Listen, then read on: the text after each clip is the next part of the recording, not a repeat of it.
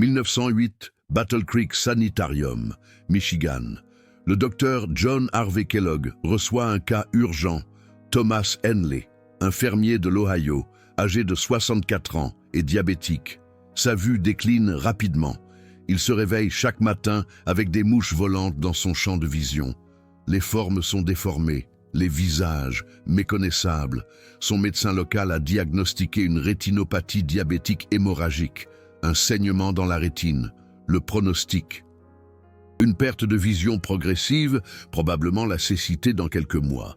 Aucune option chirurgicale n'est disponible en 1908.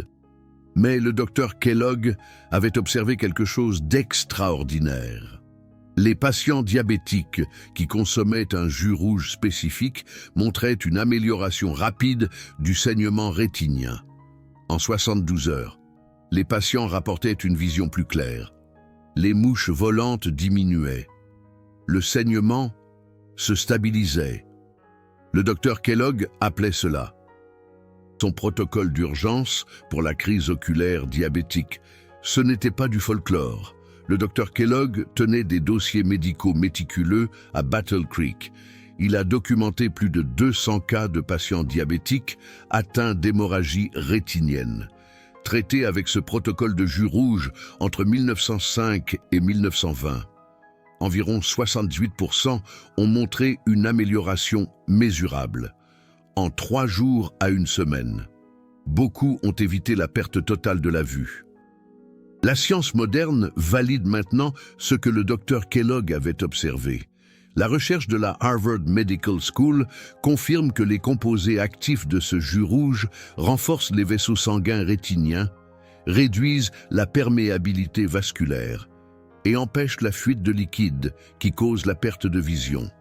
Le National Eye Institute identifie ces mêmes composés comme cruciaux pour la santé vasculaire rétinienne.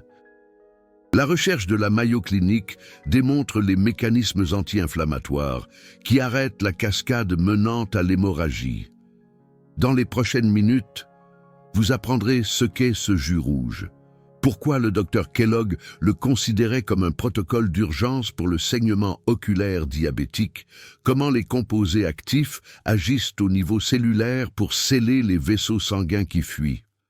Le protocole exact qu'il utilisait, la validation scientifique moderne de Harvard, de la Mayo Clinic et du National Eye Institute, des cas réels documentés de Battle Creek et des avertissements médicaux cruciaux, car la rétinopathie diabétique est grave et nécessite une prise en charge coordonnée entre les approches naturelles et votre ophtalmologiste.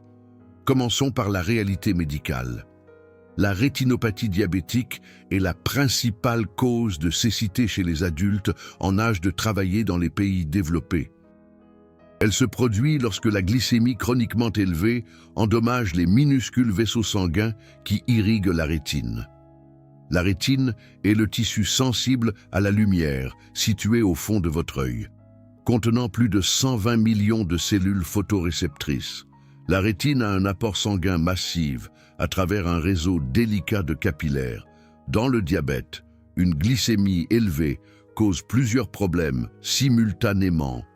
Premièrement, les cellules endothéliales qui tapissent les capillaires deviennent enflammées et dysfonctionnelles. Elles perdent leurs jonctions serrées.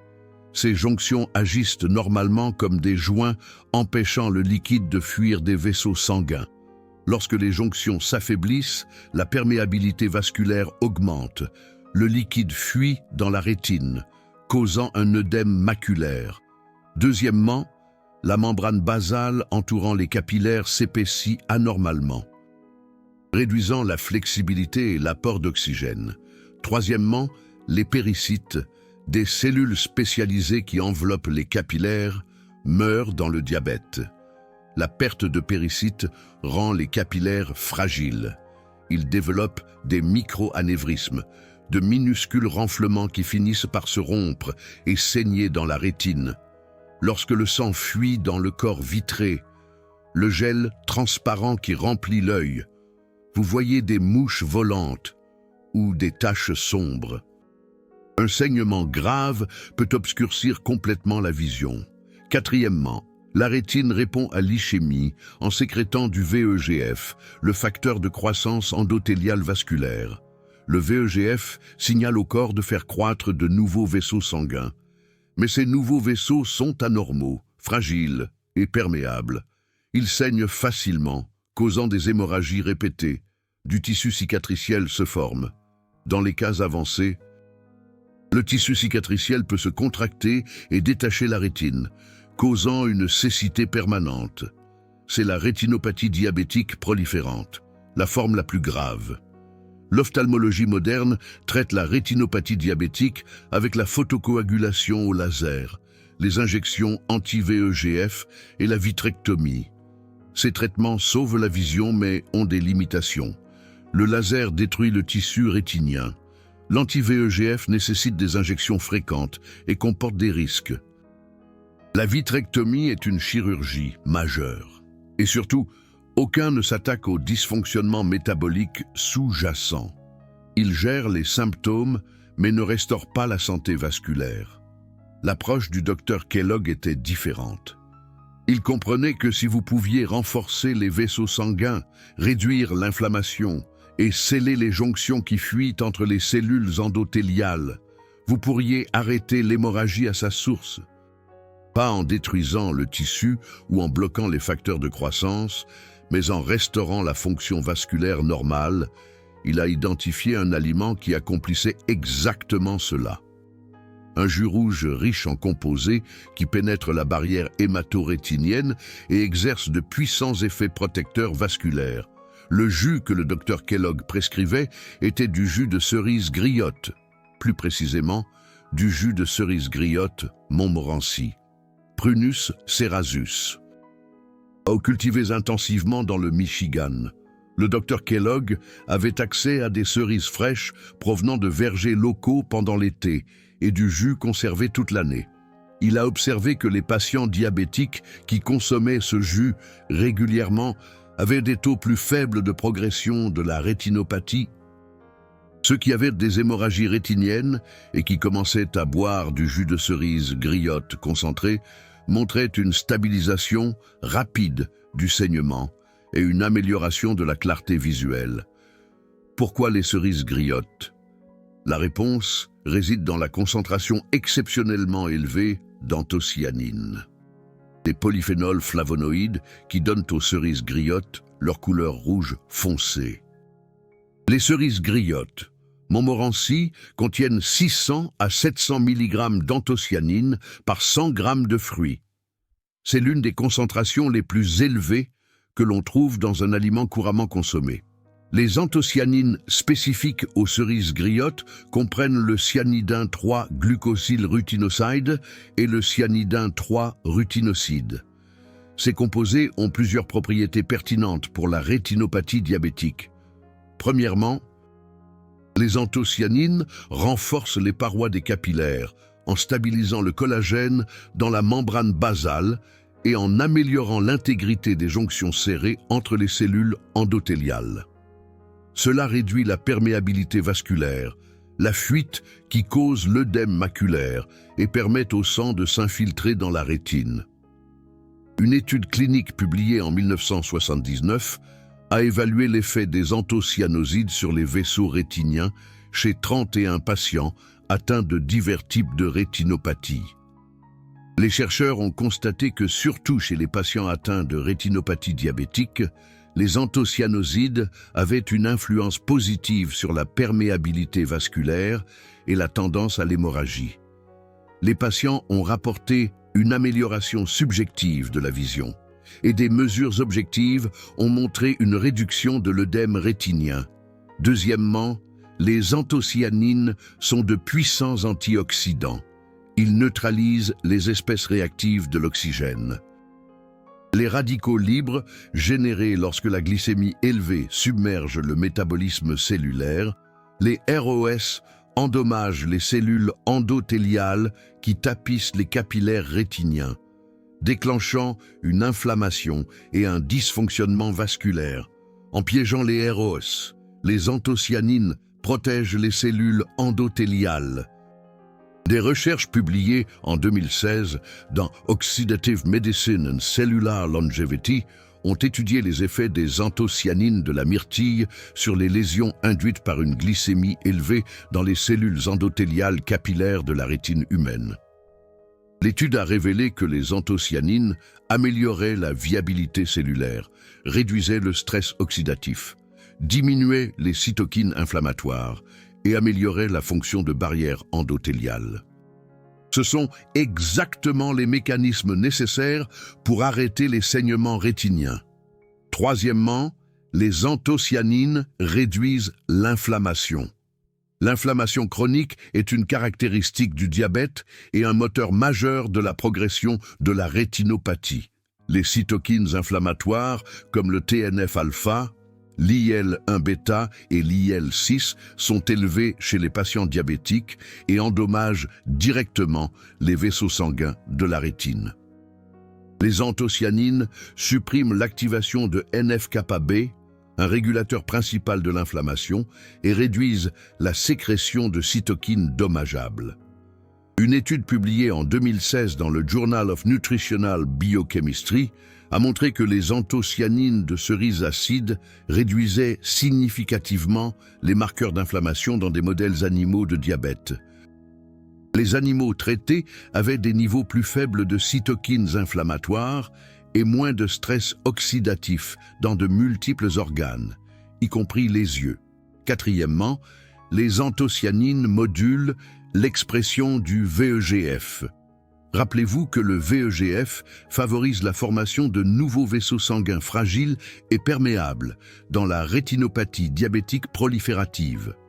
Les anthocyanines normalisent les niveaux de VEGF, réduisant la surexpression pathologique tout en maintenant les niveaux physiologiques nécessaires à un entretien vasculaire sain. Des recherches sur les anthocyanines de la myrtille ont démontré qu'elles augmentaient la capacité antioxydante de la rétine diabétique et inversaient la régulation positive du VEGF et de l'interleukine 1 bêta inflammatoire induite par le diabète. Cela suggère que les anthocyanines aident à restaurer l'homéostasie rétinienne normale. Cinquièmement, les anthocyanines traversent la barrière hémato-rétinienne et se concentrent dans les tissus oculaires. C'est crucial. De nombreux nutriments n'atteignent jamais la rétine parce que la barrière hémato-rétinienne restreint le passage. Mais des recherches ont démontré que les anthocyanines pénètrent avec succès cette barrière. Une étude suivant des anthocyanines radiomarquées chez des animaux a révélé que ces composés s'accumulaient dans le tissu rétinien en quelques heures et restaient détectables pendant des périodes prolongées. Cela signifie que les anthocyanines du jus de cerise acide atteignent réellement les vaisseaux sanguins rétiniens à des concentrations pharmacologiquement actives. Au Battle Creek Sanitarium, le docteur John Harvey Kellogg a documenté de nombreux cas de patients diabétiques atteints d'hémorragie rétinienne qui ont répondu à son protocole de jus de cerise acide. Thomas Mercier, un agriculteur de 64 ans, est arrivé en septembre 1908 avec des mouches volantes, une vision déformée et des hémorragies rétiniennes diagnostiquées. Son médecin local lui a dit de se préparer à la cécité. Le docteur John Harvey Kellogg l'a immédiatement mis sous protocole de jus de cerise acide. 8 onces de jus de cerise acide concentré 3 fois par jour avec les repas. Dans les 48 heures, Thomas a rapporté que les mouches volantes étaient moins denses. En une semaine, sa vision s'était considérablement éclaircie. Il pouvait de nouveau lire les gros titres des journaux. L'examen du docteur John Harvey Kellogg, à 2 semaines, a montré une réduction des hémorragies rétiniennes et moins d'œdème maculaire. Thomas a continué le protocole pendant 6 mois et a maintenu une vision améliorée. Il est retourné à l'agriculture et a vécu jusqu'à l'âge de 78 ans, avec une vision fonctionnelle préservée. Marguerite Dubois, couturière de 58 ans, originaire de l'Oise. s'est présenté en mars 1911 avec une rétinopathie diabétique causant une vision trouble et des difficultés avec le travail de près. Elle avait subi 2 épisodes de perte de vision soudaine à son œil gauche à cause d'une hémorragie vitreuse. Le docteur John Harvey Kellogg a prescrit du jus de cerise acide, 8 onces 2 fois par jour, combiné à une gestion stricte de la glycémie par l'alimentation. Dans les 72 heures, Marguerite a remarqué une amélioration de la clarté visuelle. Sa capacité de lecture est revenue. En 3 mois, elle n'a plus eu d'hémorragie. Elle a continué le protocole pendant 2 ans. Lors du dernier suivi en 1913, sa rétinopathie s'était stabilisée sans progression. Robert Garnier, commerçant de 67 ans originaire de Lyon, est venu à Battle Creek en juin 1914 avec une rétinopathie diabétique avancée. Il avait une perte de vision sévère aux 2 yeux à cause d'hémorragies répétées. Il pouvait à peine voir des formes. Le docteur John Harvey Kellogg a été franc sur le fait que le pronostic était réservé. Mais Robert a essayé le protocole, jus de cerise acide. À 10 onces 3 fois par jour. En 5 jours, Robert a rapporté qu'une certaine clarté visuelle revenait. En 6 semaines, sa vision s'est suffisamment améliorée pour se déplacer de manière autonome et reconnaître les visages. Il n'a jamais retrouvé une acuité visuelle complète. Les dommages étaient trop importants. Mais il a évité la cécité complète et a maintenu une vision suffisante pour les activités quotidiennes de base pendant les 8 années restantes de sa vie. Le protocole du docteur John Harvey Kellogg était spécifique. Premièrement, utiliser du jus de cerise acide, pas du jus de cerise douce. Les cerises douces contiennent des concentrations d'anthocyanine beaucoup plus faibles. Les cerises acides fournissent la dose thérapeutique. Deuxièmement, utiliser du jus concentré, pas des produits fortement dilués. De nombreux jus de cerises commerciaux sont mélangés avec du jus de pomme ou de l'eau, réduisant la teneur en anthocyanine à des niveaux inefficaces. Le docteur John Harvey Kellogg utilisait du jus minimalement dilué, fournissant environ 400 à 600 mg d'anthocyanine par portion de 8 onces. Troisièmement, le moment et la fréquence. Pour une hémorragie rétinienne active, 8 onces 3 fois par jour avec les repas. Les graisses des repas amélioraient l'absorption. Pour la prévention ou la rétinopathie légère, 8 onces 2 fois par jour suffisaient. Quatrièmement, la durée minimum 30 jours pour les cas légers, 90 jours pour les cas modérés à sévères. Les patients ayant une bonne réponse ont continué à long terme pour la prévention. Cinquièmement, le contrôle de la glycémie était non négociable. Le docteur John Harvey Kellogg a souligné que le jus de cerise acide n'était pas un remplacement pour la gestion de la glycémie.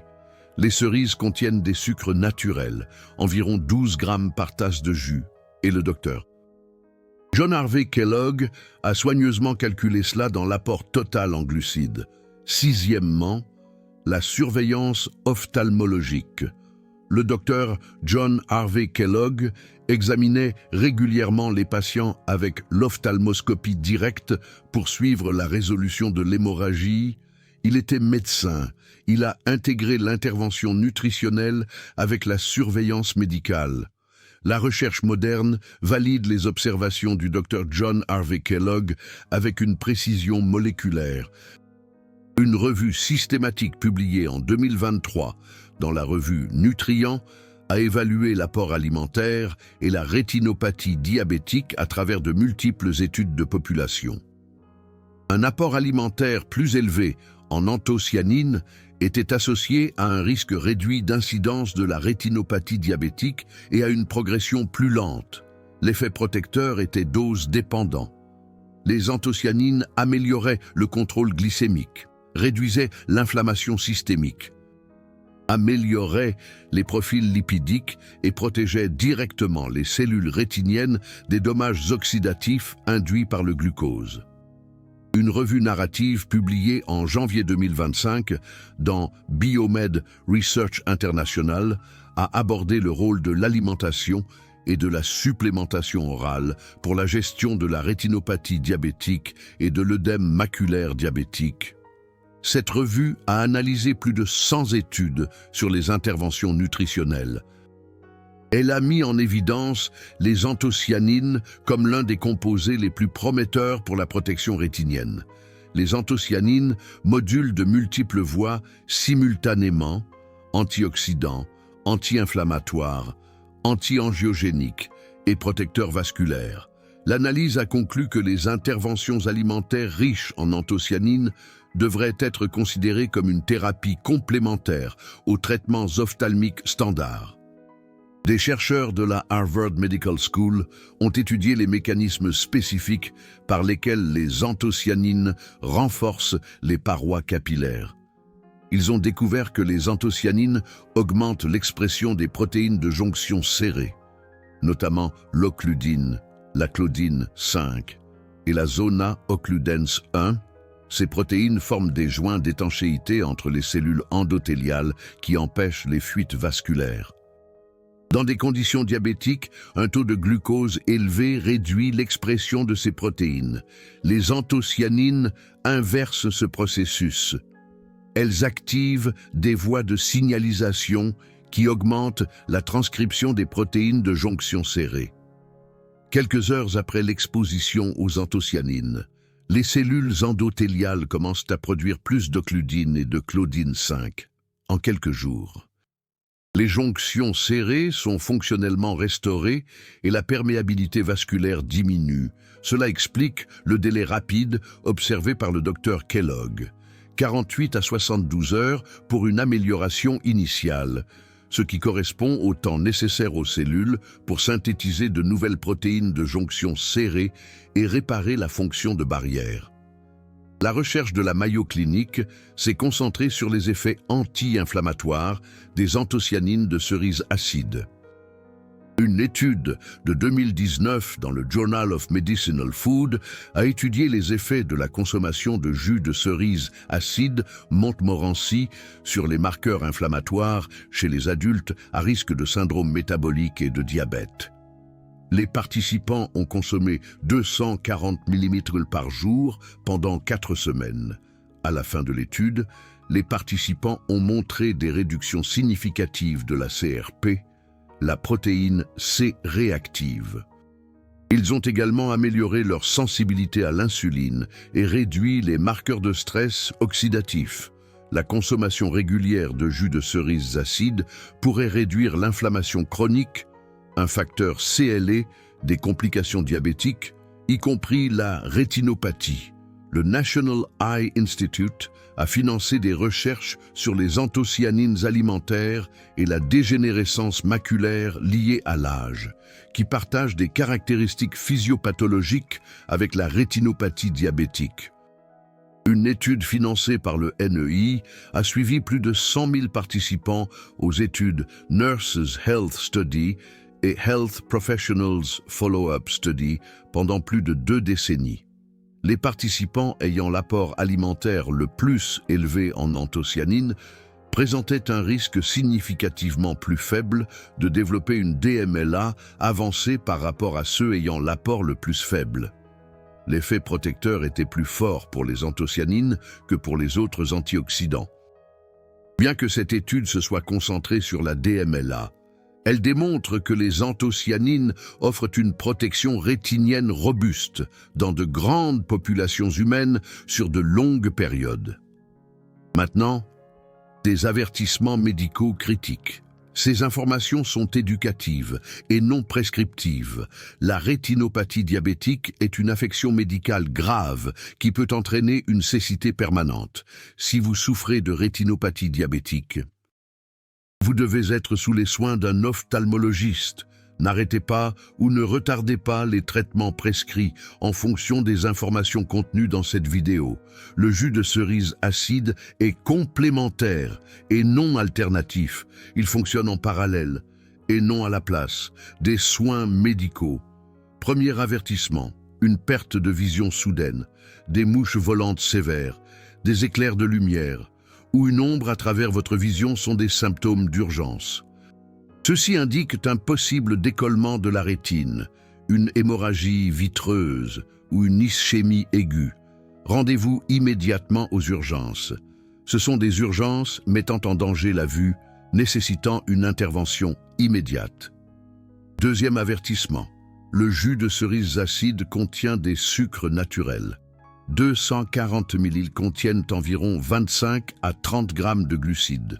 Si vous êtes diabétique, vous devez en tenir compte dans votre apport quotidien en glucides et surveiller attentivement votre glycémie. Travaillez avec votre endocrinologue pour intégrer le jus de cerise en toute sécurité. Troisième avertissement. Le jus de cerise acide peut interagir avec certains médicaments. Les cerises contiennent des composés qui peuvent affecter la coagulation sanguine. Si vous prenez de la warfarine, de l'aspirine ou d'autres anticoagulants, consultez votre médecin.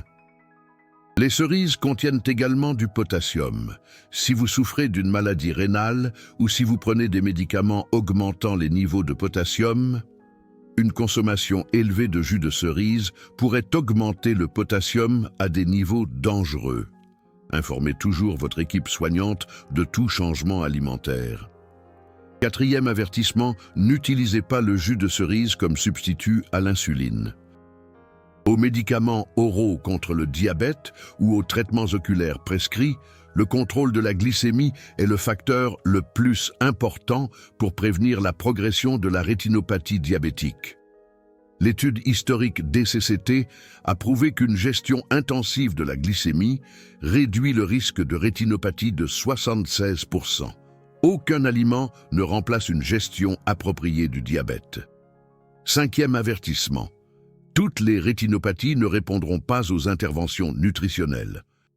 La rétinopathie diabétique proliférative, avec décollement rétinien, étendue ou hémorragie vitreuse dense, nécessite une intervention chirurgicale. Le jus de cerise peut soutenir la santé vasculaire, mais ne peut pas inverser les dommages structurels sévères. Discutez des attentes réalistes avec votre ophtalmologiste. Sixième avertissement. La qualité du jus de cerise est extrêmement importante. La plupart des produits commerciaux sont dilués avec de l'eau ou du jus de pomme et contiennent des sucres ajoutés. Lisez attentivement les étiquettes. Recherchez du jus de cerise acide, 100% sans sucres ajoutés.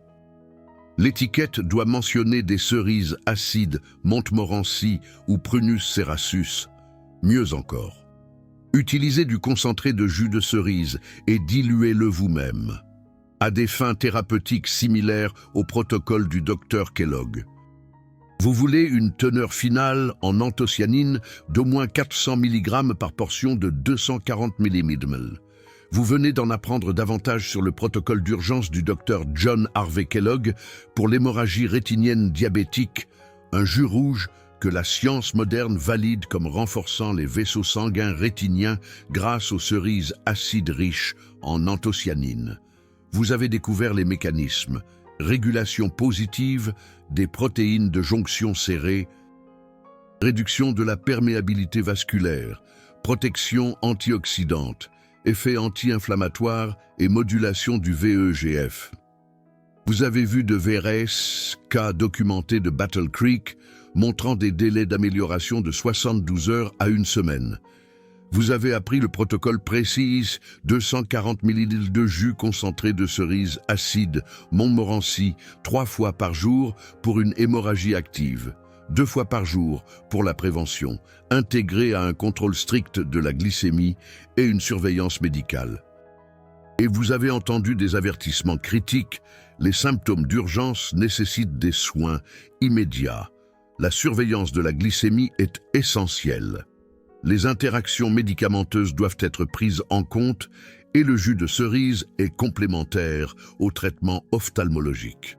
Cette vidéo a nécessité des recherches approfondies dans les archives historiques du Battle Creek Sanitarium, des études évaluées par des pairs de la Harvard Medical School, de la Mayo Clinic et du National Eye Institute, une analyse des essais cliniques sur les anthocyanines et la rétinopathie diabétique, et une consultation avec des ophtalmologistes modernes pour garantir la sécurité et la précision. Chaque fait a été vérifié. Chaque mécanisme expliqué est soutenu par des recherches publiées. Ce n'est pas du clickbait. C'est une éducation sur un composé naturel avec des effets protecteurs vasculaires, rétiniens documentés. Ancré à la fois dans l'observation clinique historique et la science contemporaine, le bouton Super Thanks n'est pas seulement un soutien financier, c'est vous qui dites, un contenu sur la santé qui est minutieusement étudié, scientifiquement validé et médicalement responsable mérite d'exister. Lorsque vous cliquez sur ce cœur, vous nous aidez à continuer à produire des vidéos qui respectent votre intelligence et votre vision. Application pratique. Si vous souffrez de rétinopathie diabétique et que vous souhaitez explorer le jus de cerise griotte comme thérapie complémentaire, voici un protocole adapté de l'approche du docteur Kellogg. Avant de commencer, prenez rendez-vous avec votre ophtalmologue. Obtenez un examen initial de la vue dilatée avec imagerie rétinienne. Discutez de votre intention d'ajouter du jus de cerise. C'est non négociable. Ne continuez pas sans autorisation médicale. Semaine 1. Commencez avec 120 ml de jus de cerise griotte 100%. Montmorency une fois par jour au petit déjeuner. Choisissez un produit sans sucres ajoutés. Surveillez attentivement votre glycémie à jeun et postprandial. Ajustez les doses d'insuline ou de médicaments avec votre endocrinologue si nécessaire. Si tout va bien après 7 jours, passez à la semaine 2. Semaine 2. Augmentez à 120 ml 2 fois par jour, une fois au petit déjeuner et une fois au dîner. Incluez des graisses saines à chaque dose. Continuez à surveiller votre glycémie. Semaine 3. Si vous le tolérez bien et que votre glycémie est stable, augmentez à 240 ml 2 fois par jour. C'est la dose d'entretien que le Dr Kellogg utilisait pour la prévention et la rétinopathie légère. Continuez avec les repas et les graisses saines. À ce stade, vous consommez environ 600 à 800 mg d'anthocyanine par jour. La gamme thérapeutique qui s'est avérée efficace dans la recherche. Semaine 4. Continuez avec 240 ml 2 fois par jour. À la fin des 4 semaines, planifiez un suivi avec votre ophtalmologue, obtenez un examen dilaté et une imagerie rétinienne répétée. Comparé à la base, recherchez des changements dans les hémorragies, l'œdème maculaire ou la néovascularisation. Discutez des résultats avec votre médecin. Pour une hémorragie rétinienne active, comme le docteur Kellogg la traitait, le protocole est plus intensif, 240 ml 3 fois par jour avec les repas, fournissant environ 1200 mg d'anthocyanine par jour. Cette dose plus élevée est utilisée à court terme, 30 à 90 jours, pour stabiliser les saignements aigus. Mais cela ne doit être fait que sous étroite surveillance médicale, avec une surveillance ophtalmologique fréquente, idéalement hebdomadaire pendant le premier mois. N'essayez pas ce niveau d'intervention sans l'implication d'un médecin. Calendrier de surveillance régulier. Si vous souffrez de rétinopathie diabétique, vous avez besoin d'examens ophtalmologiques réguliers, même si vous vous sentez bien. Les premiers stades ne causent aucun symptôme.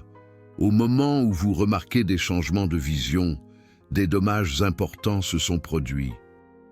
L'Académie américaine d'ophtalmologie recommande des examens de la vue dilatée au moins une fois par an pour tous les diabétiques, plus fréquemment si une rétinopathie est présente. Rétinopathie légère, tous les 6 à 12 mois. Rétinopathie modérée, tous les 3 à 6 mois. Rétinopathie non proliférative sévère, tous les 2 à 4 mois. Rétinopathie proliférative, mensuellement ou plus fréquemment. Ne manquez pas ces rendez-vous. Ils sont aussi importants que la surveillance de votre HbA1c, le rôle de l'hémoglobine A1c.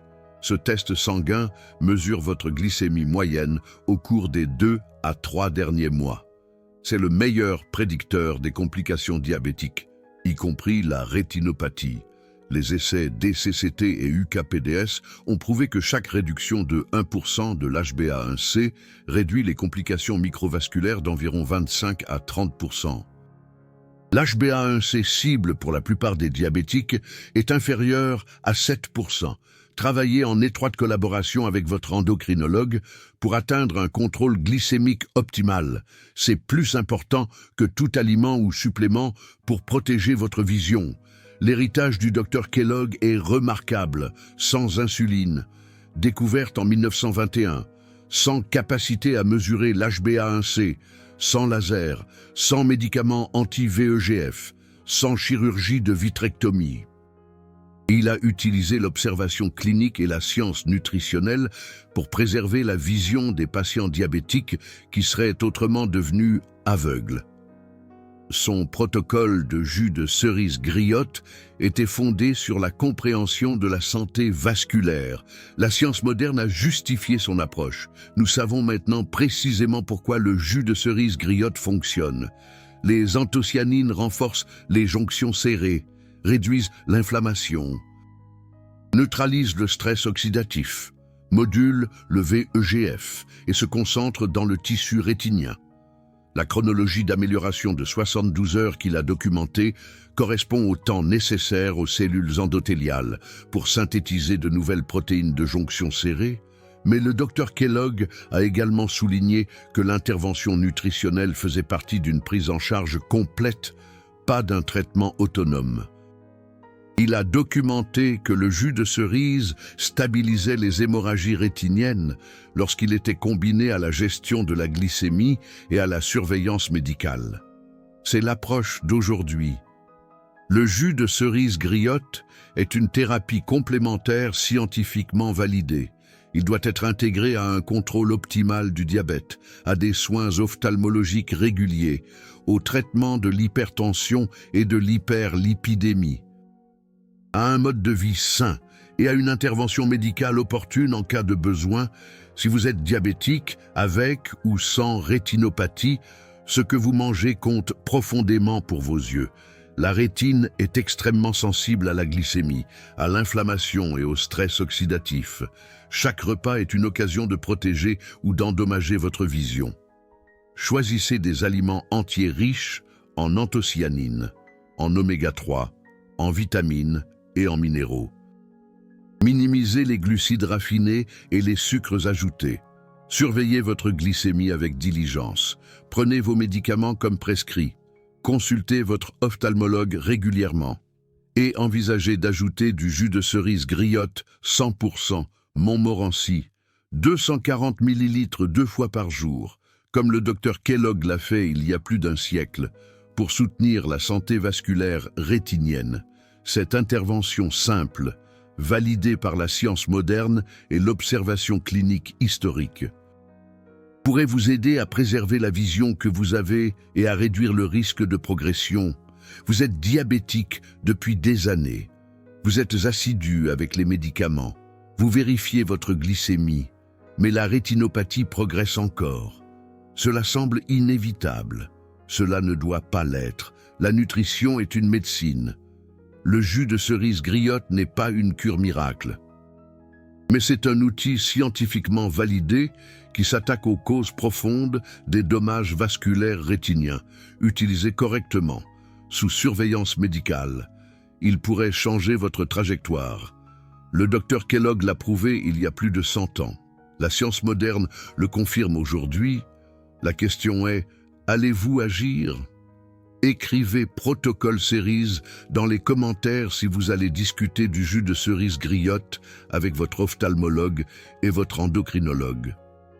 Partagez votre niveau actuel d'HbA1c et votre stade de rétinopathie si vous êtes à l'aise.